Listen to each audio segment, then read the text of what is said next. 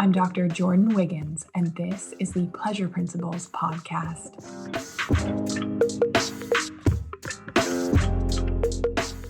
Join me on this journey where sex, science, and sensuality meet. Let's change the conversation around sex and pleasure together.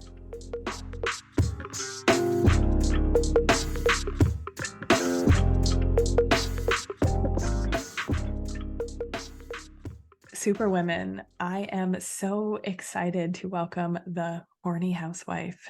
Jordyn Hakes is here with us today. Go ahead. Welcome. I didn't mean to interrupt you. I'm so sorry. I didn't know you were going to keep going. I just have a feeling that we're going to do that, like the whole podcast, just like friends, you know? Okay. Oops. The Horny Housewife is a podcast for couples, locker room talk, take notes. Your host, Jordyn Hakes, is raw, unfiltered, and a bit salacious, peeling back the curtain on all things sex and marriage and answering your burning questions while protecting your anonymity always. From dating your spouse, mismatched libidos, we talk about that a lot, the male G-spot, backdoor entry, and how-tos for both men and women, no topic is off limits for this podcast. Buckle up, freaky family, because Jordyn shares it all, and she's going to share it all with us today. Welcome, Ooh. Jordyn. Two Jordans today. Hello. I can't. Why did that not be the first thing that I seriously? What the heck? And you spell it cool, really cool. So do you. I was thinking the same.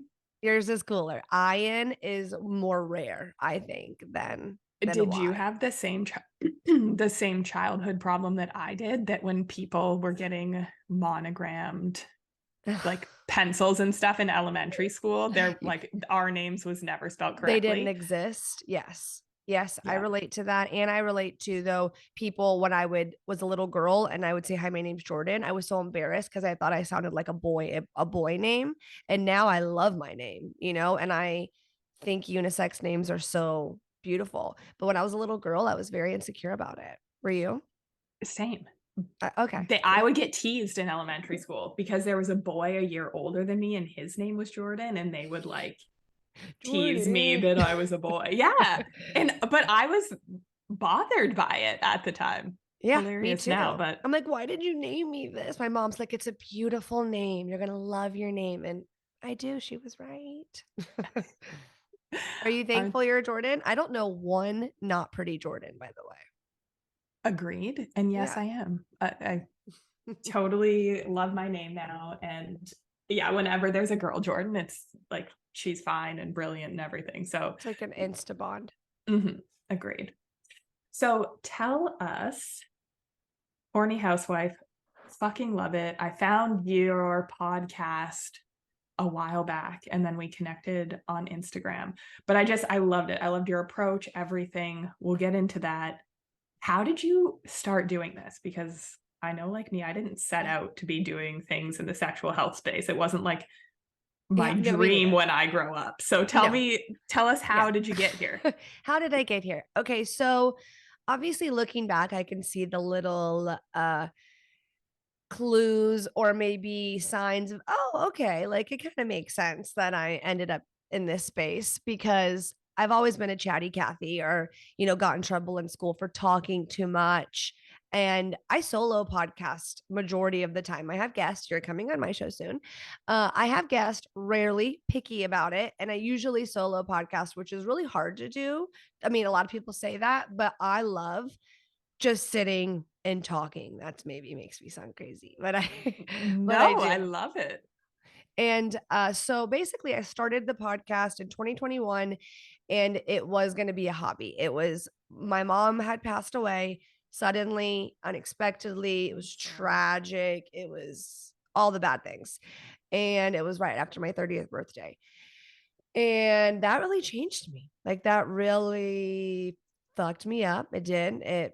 I'm thankful that I had such a rock solid in I was so rock solid in my spirituality. At that time, I was like on fire too, doing all the work. So I feel like I feel grateful of the headspace I was in, but it was still obviously very hard to lose a parent. And with that, I think I had the transformation of like, okay, so I thought I always wanted to be a wife and a mom. And that like that would be like so cool to like just to be a stay-at-home mom. And then and I can do whatever I want when I want, and I make kids and I'll raise them and I'll be mom. And that was what I always put on my like, what do you want to be when you grow up? Like a mom, a stay-at-home mom. And so I thought that would fulfill me. And it really, ended up, like my mother said, it would not being as fulfilling.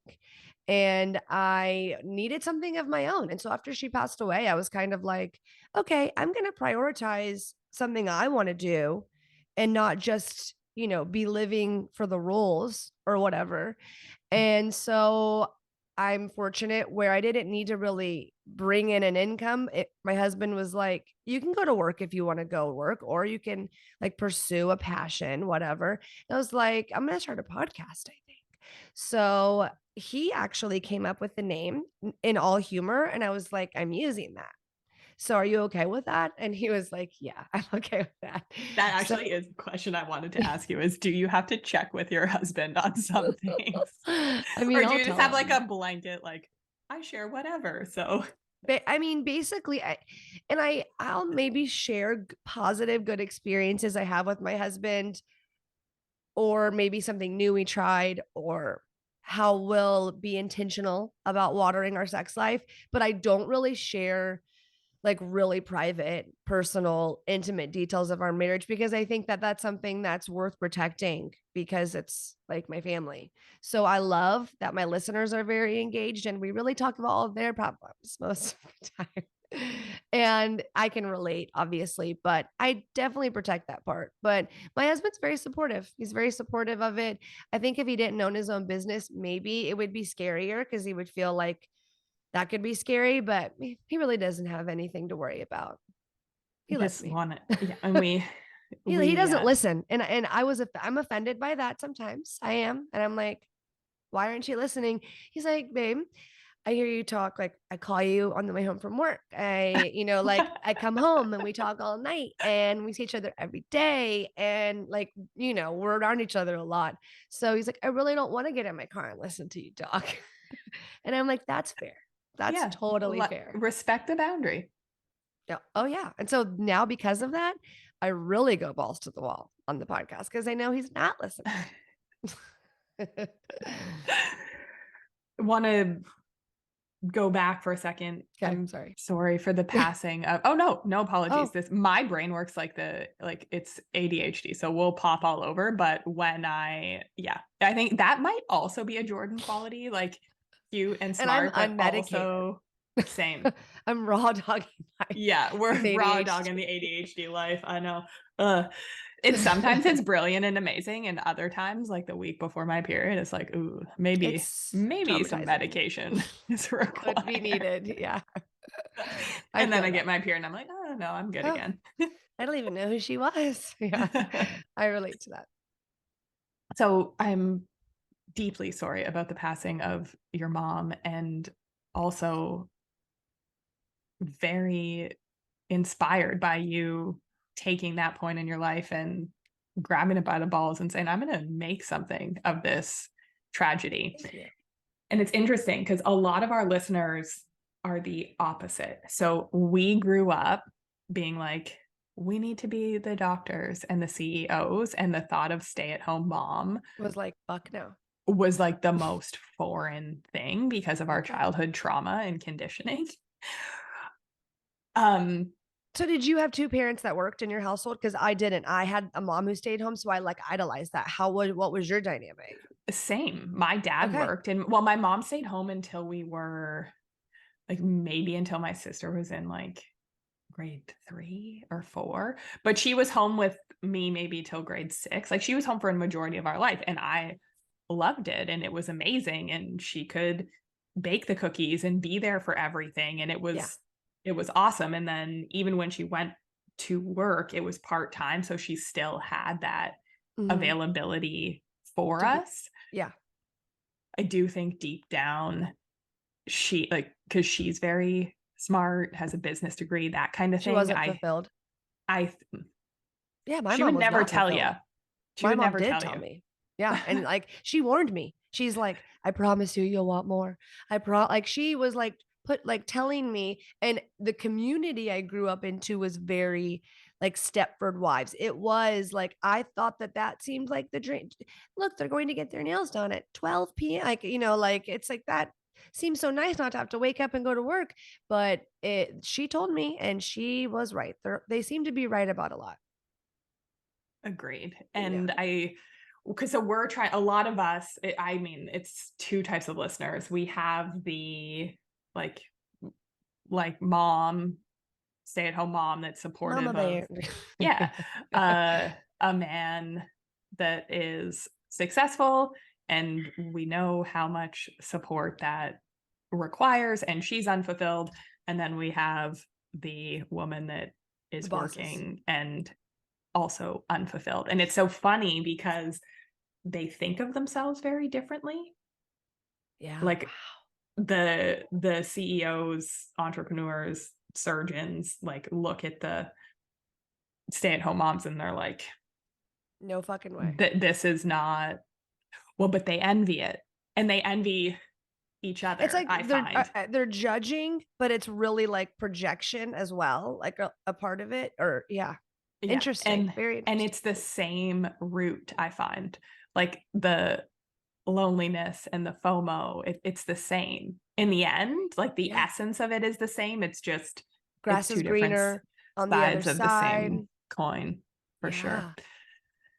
Okay, so tell us, you do your podcast. It's a lot of Q&A and very like, I love your approach. Like you just put it out there. And what made you decide to do that? Because I always like, I tiptoe, like I share it delicately. And then once people work with me, then it's then you out can in get the there. open.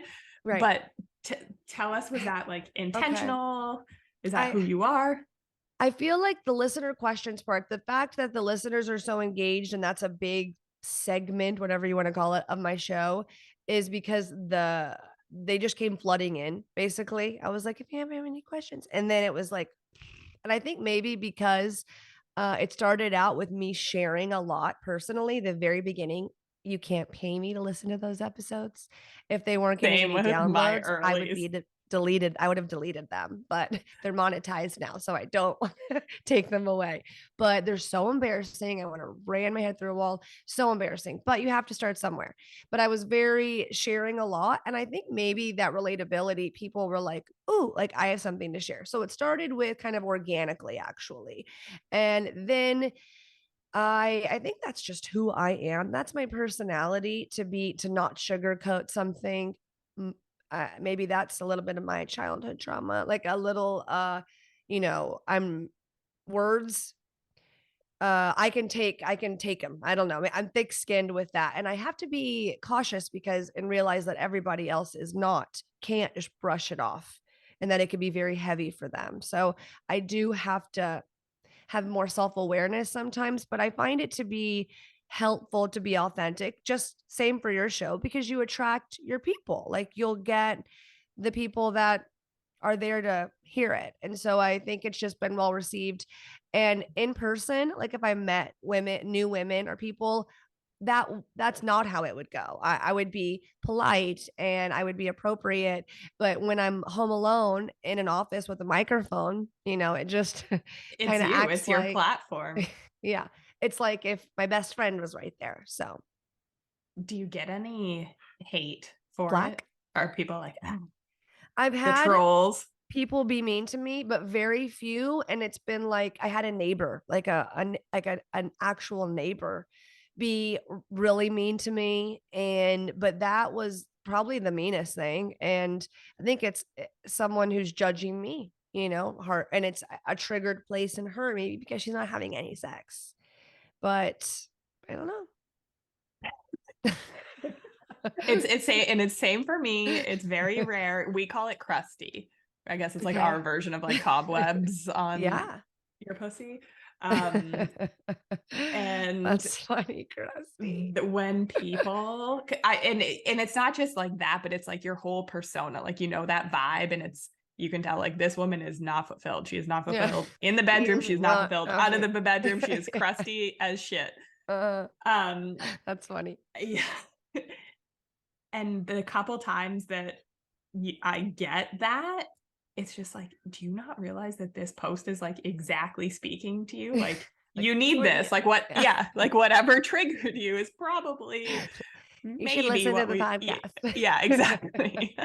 That's funny. But other than that, I don't because I feel like I don't know, the algorithm, I guess they try to give it to people who want it for the most part. And then obviously there's going to be judgmental people because sex can be a very triggering topic for some. Totally agree.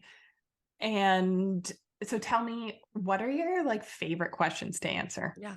if you had Well, the to? most common thing, and you said you talked about it on your show, mismatched libido. Like it's, I think that's a very, very common thing for one person to desire a higher frequency than the other person. Or maybe they feel incompatible in the bedroom. And then there is a lot of how can I get my partner to do this? You know what I mean? And it's like, that's not how it works, Yeah. and just kind of breaking it down to communication and feeling secure enough to communicate your desires, what you like, what you don't like, and being vulnerable and talking about sex. That's the only way. Half the time, people send me a question. I'm like, say exactly what you said to me to To her, your partner. Yeah. to her, and then see what happens. So I think my favorite questions, I don't really have a favorite questions, but I like when people share with me their kinks and fetishes because some of them blow my mind and it makes me feel very vanilla when you actually know all the things out there to do.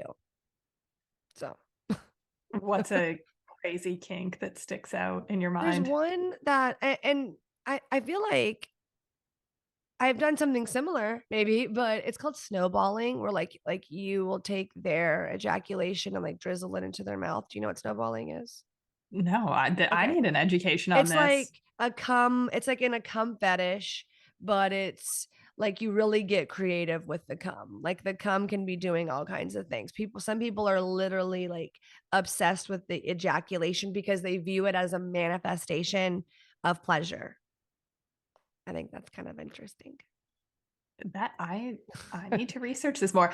Yeah. A lot of my stuff comes from my education in Chinese medicine and Taoism and how so like rubbing ejaculate into your skin Oh my or god. For what swallowing it purposes? for like its essence of your Okay. Yeah. man or like swallowing it for vitality. Like there Yeah. was a Interesting. purpose to ejaculate Mhm. beyond I can get down with that, I think. yeah. Yeah. And I feel like I don't know my names of all of these fetish things, but I know how Someone named it, yeah. yeah, somebody called it a thing. And I need to maybe look at Urban Dictionary more or if there's a And fetish website. I've noticed that like people will share some traumas, like let's say a women's panty obsession or feet or diapers, like really kind of out there things. I guess to me, I hate yucking someone's yum, but I've noticed that a lot of that stems when I ask them when they DM me and I know they're open to having a conversation. It wasn't through my anonymous thing, and I get context. Most of the time, it's like sourced from trauma, like a very big event. I don't know if trauma is the right word I'm using. What do you agree with that, or Yes. Like I would say 100% of the percent of the time in time? my experience that Yeah. is the case. And they have like so much shame around sharing it That with their that's partner. how it becomes like a deviant thing. That's so interesting. I love trying to have a deeper understanding of where all of that comes from. Same. But I'm not a And doctor. You are, so. we talk about dark desires a lot, or we can see it with addiction, or, Mhm. but anything that we try and like shame and repress, it grows. Yeah. Oh, it's And like obsession. sometimes it's by just, shining a light on it and sharing and admitting, It, like, we don't even have to take action on it, but just by giving it room to breathe, it can take its power away. Like the first yeah. step for an addict is saying, like, They're admitting they have an powerless. addiction, Mhm. Mhm. admitting that there's this fetish, because when we shame it and we try and repress it, then it's going to fester and it's going to, you know, Grow mess into things up something in other ugly. ways. Yeah. And be destructive. Yeah. Mm-hmm. Interesting. Cool. Instead Really of cool. owning it, right? Um, G-spot stuff. It was in your bio. Yeah. It's a big seller. I got Yeah. my ladies these vaginal, like the ladies in my group for our retreat, I got them these gorgeous crystal vaginal wands. Do you get a lot of G-spot questions, squirting I questions? I do, but and I always feel I've taken so many courses on squirting, and I have squirted before, and it's not something that it was something that was so intentional and such a like I was alone. I had to get the certain toy. It was a mental block for me. I don't know if you're a squirter or not, if that's a personal question. I'm sorry. No, But I'm the same. It's been like it's intentional. It was yeah. way easier when I was pregnant, actually, for Is it? me. Why is that Hmm. because we have less there's like so much pressure down there More that maybe blood it's flow. And yes, I do think that once you get big enough and like the baby is pushing on your pelvic floor, I just think like anatomically and more blood flow makes makes it sense. easier. And well, for me, it felt like there was a point of a mental block of like letting go. For instance, it's like I'm an embarrassment. I swear, or like what's going to happen? I'm confused. But that is not something that comes easy to me. I know lots of women. I literally personally know women that are like, I squirt every time, and I'm like, what? And Same. and I'm like, is that am I jealous right now? Because does that mean you're having a better orgasm than me every time? But I feel like the G spot, I don't know. The most question is the butthole. Anal sex is like the Okay. biggest because it's men. I have a lot of men listening to my show. Interesting. Like 70%. So you're 70% men and I'm 70% women, And 80% women. my female listeners are very, very engaged though. And when they come in, they're the ones that are like, we're talking regularly kind of thing. And so I'm praying and looking for them everywhere. So, because they're the best when they come around, because like I see you, you see me, we want the You're going to same get a ton more things. listeners when this goes live. Perfect. Female Find in listeners, all because the that's mostly ladies. my audience, right? And I feel Okay, like, so keep going. Sorry. no, you go. Go ahead. No, do we want to talk about the butthole more Yeah, or that's no? where I Okay. was going. Yeah. Yeah. I was like, anal sex, I feel like is such a I mean, is it anymore? I feel like because I talk about sex all the time, it doesn't seem so taboo anymore. But maybe some people feel uncomfortable talking about that, or it's just like a hard no, no, no, no, no, exit only, and to each their own. Like I would never want someone to do something that they didn't want to do. But I 100%. know lots of men write in like, well, I wonder if I'll ever have anal sex with my wife.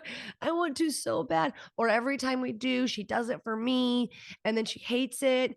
And I was once the woman who hated it, who thought it was very uncomfortable. And with like education, with learning about my body, positions, like the butthole is not naturally lubricating. Duh. You need lots and lots and lots prove that you can, if you really wanted to, have pleasurable anal sex. I believe. Like I found missionary is the position, lots of lube and friction up front. And that's my experience.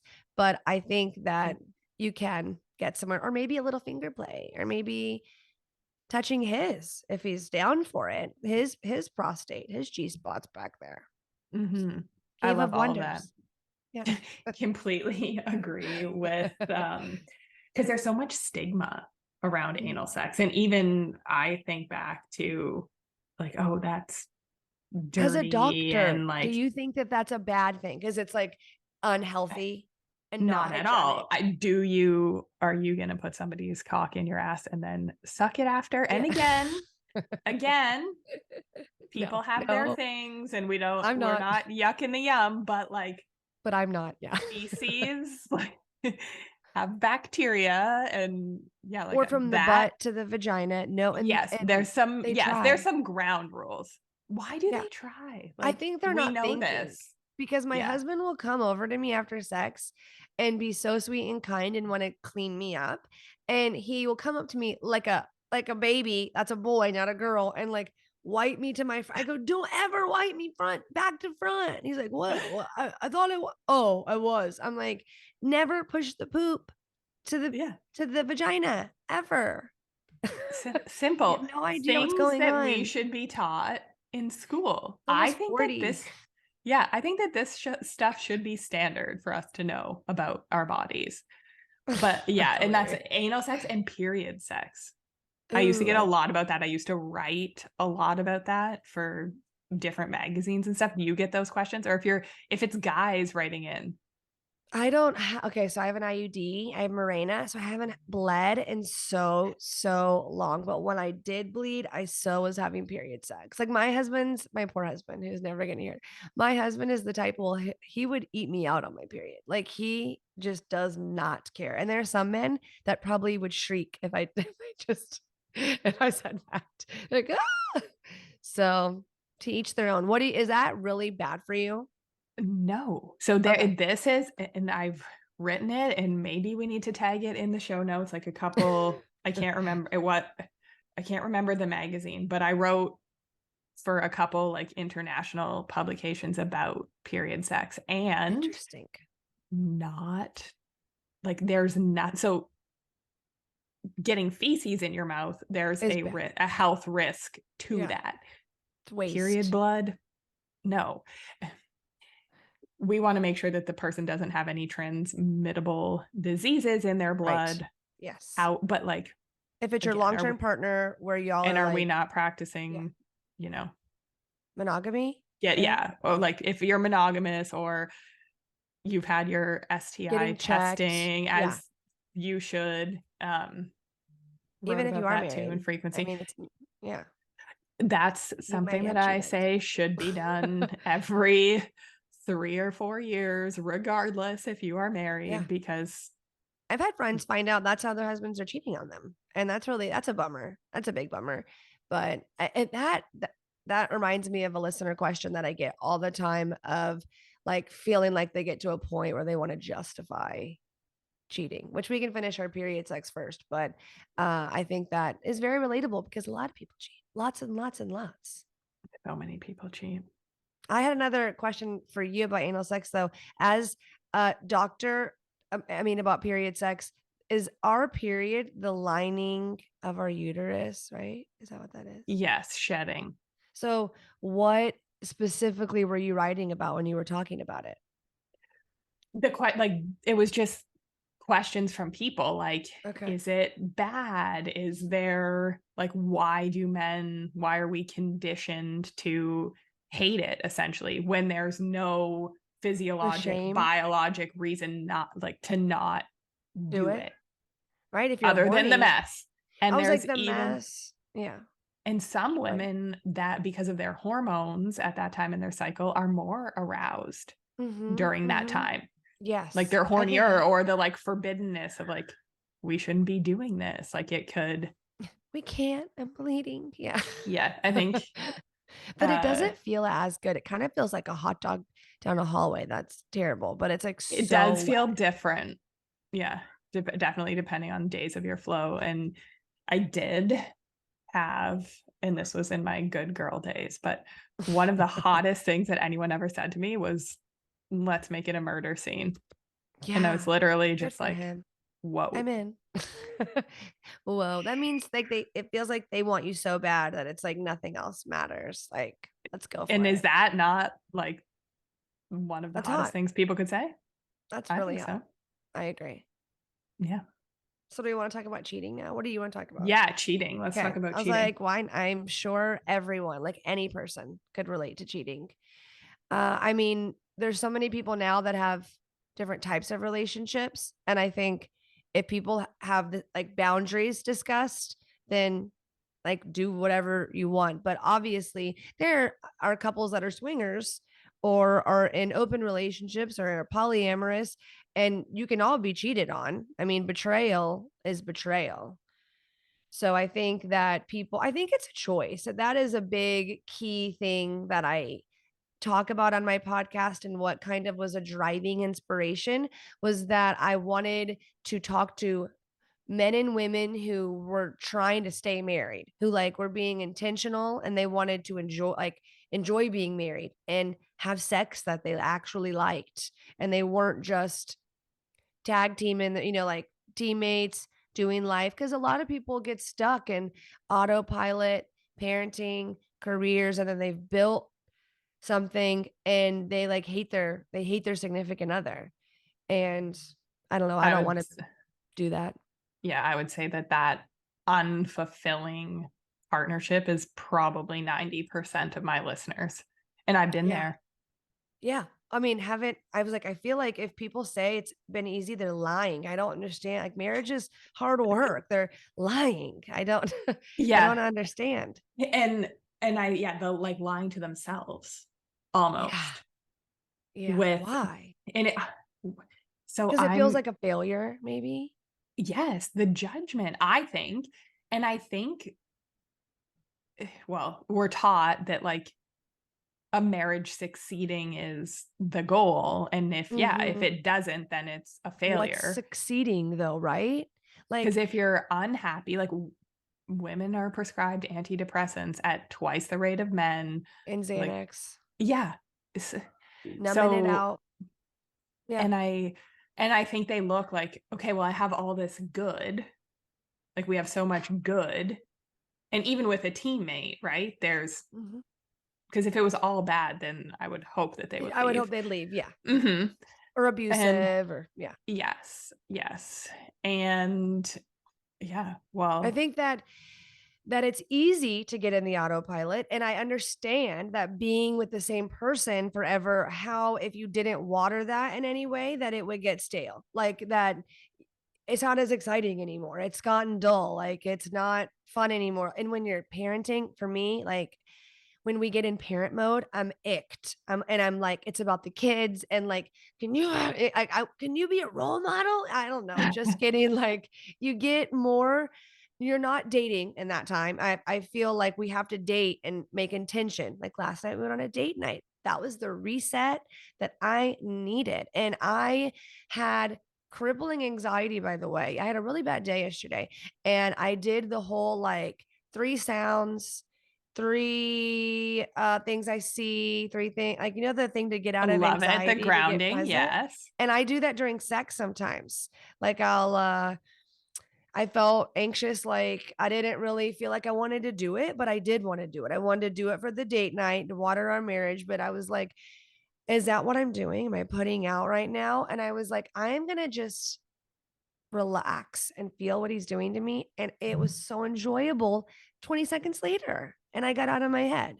But I just went on a rabbit And trail. love that.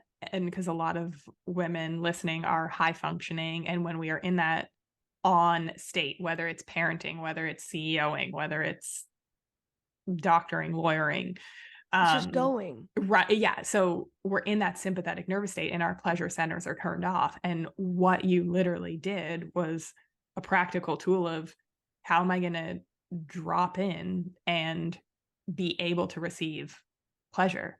Like, let this feel good to me. So And it goes, do you know, is it Tantra or is it Tantra? it's, it's both, Whatever. whichever you prefer. Because I always wonder how it's pronounced, but I've done a couple of courses on tantric sex, tantra. I always said tantric until I went on another podcast and she said tantra. But I think that is a fabulous way. Like the practices and the homework I got from that, it was all about breath work and it was all about the body before the genitals. And I think that's a wonderful little adventure to go on as a couple if you are really looking to like deepen your intimacy or feel connected on, instead of it just jumping into the P and the V. Because I hear a lot of the women going, well, my husband comes home and just wants to put it in me, like minimal foreplay. And she feels like this, and this isn't being met, and her needs aren't being met. And so they kind of just don't want to have sex, or she doesn't like the sex she's having with him. And now he wants to step out because he's not getting it at home. And then it's a vicious cycle. What do you tell your people when they express unfulfillment? Like, what do you tell your listeners how to navigate that? Always about what's the desire? Like, what's the deep desire? And I do find, because we're coming at it from two different angles, lack of sexual health education, beliefs, all this stuff. So Yeah. like, and if a guy thinks when we first met, and that was when we were younger, and I could just stick it in, Yeah. they might Yeah. think like, Right. this is the recipe. Yeah. Like this, you know what I You're mean? So, right. Yes. but to be able to stand for your pleasure and share what you desire, and both parties doing that, and Mhm. then navigating it from a place of possibility, not criticism, not whatever. But Oh, yeah. maybe one partner wants penetrative sex, and maybe the other partner's like, I had a shit day at work. The kids are driving me crazy. Like, can we just lay naked? Can Yeah. I watch you masturbate? Like, Yeah. what's Which the kind of keeps it spicy, honestly, to like not do the same damn same thing fucking thing over and over? every Yeah. single time at the same place at the same time. It's just It's gross. even when people are like, yeah, well, we have sex all the fucking time, and I'm like, what's it like? Well, every time it's right after bed, and we get in, like they do the same thing. I'm like, well, just because you're having sex a lot, that doesn't sound very exciting, honestly. Could burn out of that. So I think all routine or getting too predictable can be boring. And I used to think scheduling sex when I was like 19, 20, and I would hear people say like they schedule sex. I'm like, "Ugh, what a loser. Like, why I'm never gonna have to And schedule. now, yes, as an adult Now I with schedule children, sex. yeah, it's scheduled. And you should. And I think that it's actually really smart and really intentional because when I wasn't doing that, there was a period of being like, okay, like we need to fit in our intimacy. Like life is busy right now. And I feel like I'm getting the short end of the stick, or he's feeling like he's getting the short end. And when we schedule erotic date nights or like a date, or even sometimes when we can't get out or get a babysitter, we will do an erotic play date. And that can be like how you said, maybe it doesn't end up being full blown sex. Maybe it's like being naked and getting a massage, or it could be anything, like you said, mutual masturbation. And I think that keeps it fresh. I totally agree. And when we get into that, because then I can hear my listeners being like, okay, well, if he massages me, then he wants to He's stick going it to want in. it. Yeah. Tell him before, like, no, there's got to be Set, rules and yeah, boundaries. set a boundary up front. Like, Hmm. I would love to be massaged by you, and then hold me while we watch our favorite show. Mhm, mhm, mhm, Not and getting then in tonight, maybe the honey. show will make you horny too. Maybe it'll be like Yellowstone or something, Yes. As and oh, that yes, that is a good. Yeah, and then because it's when it's out of obligation, that's when I find it's not Mhm, sexy. And agreed. both parties can feel it, and do your male listeners agree? But like I always tell, because it's more women that I'm working with, and they're like, he wants it all the time, da da da. And it's like, but what does he really want? What's his true desire? He probably wants you present and into it. Mhm, And he can tell mhm, he if you're does. doing it out of obligation, right? Can Uh-huh. he tell? I 100% believe that, and when I polled my listeners and said, "What are their biggest turnoffs?" Like, the amount of ones that said lack of enthusiasm or feeling like it was an obligation. So, you're spot on with that because Mm, like, guys will say the number one thing they look for in a blowjob, enthusiasm. Like, they just want they watch a lot of porn, and so they see all these girls, like, being very enthusiastic because 'cause they're acting, but yeah. it's I know. And funny. that's another, like, ethical porn is That's a whole nother another talk. thing. It's a whole, yeah, we need a whole other Other podcast podcast for to that. cover that one. But yes, because men, I agree. they are acting, they are getting paid. This is not real life. Like, They just need to watch a couple documentaries on porn and how it's made, and I think they'll just feel very different after. agreed. Consumption of porn, and I wrote about this in my book, but how we go about it, because I like it. I'm for Mhm. porn, Mhm. but Not with anti-porn, but anything excessively can be detrimental. totally. And Destructive. it's so because it's like our phones. It's designed to give us that dopamine hit. And then real life sex is just not as takes away from stimulating. real life sex. It's like Hmm. if you're watching gangbangs all the time, you might not want to like, you might get bored at the solo adventure or Yeah. something. I think it can rewire people's brains or make them, I don't know if it does that, but maybe it makes them less sensitive or desensitizes them in a It way. totally does change brain chemistry because it's like an Does addiction. interesting. So it's just like our phones, right? We're searching, they're created for that dopamine hit. Yeah, And that's and it even can why be if really people lose their phone, they like get panicky, like twitchy. It's I because it's know. literally like our brain has been rewired to be addicted It's to like the device. my first thought is like, but how am I gonna find anything, figure anything out, do anything? Like, as if your life is over. Ugh, that's so gross. It is. All right. So tell us, what do you do for pleasure, joy, fulfillment In my life. in Okay. life, Be set, beyond bedroom? sex Yeah, I like or it. I look at no, pleasure as as a in and whole. out of the bedroom, but Okay. you tell us whatever comes up for Sex you. is obviously something that I really enjoy, but there is a huge part of that where like I do a lot of work on myself and I'm pro therapy because I know there's a part of it where it's me. It's a way I feel validated and loved. So that's not always like pleasure. What I really love, I mean, I'm a big masturbation proponent. I love, I think solo pleasure is the key to almost every dilemma sometimes. And I find cooking and Pilates are my hobbies.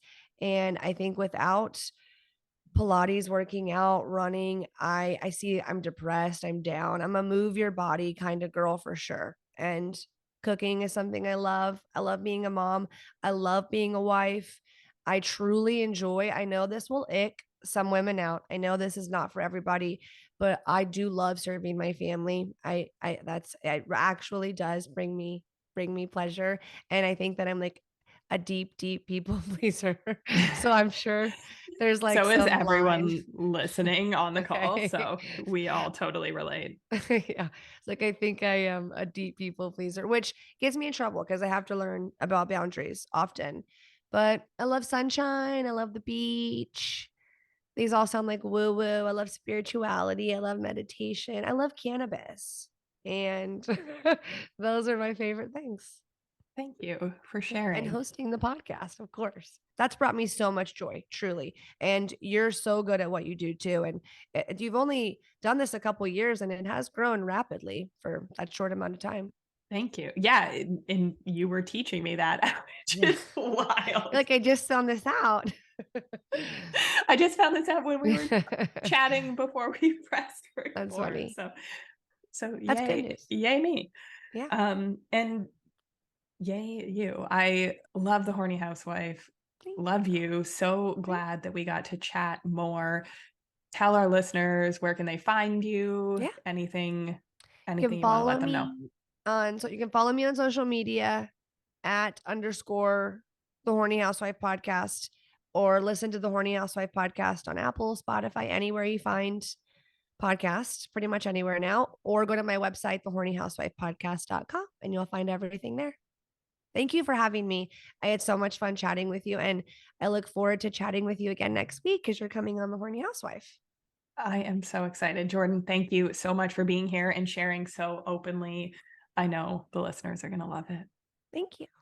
And we will drop all of that in the show notes. So go check her out. Have a great week, everybody.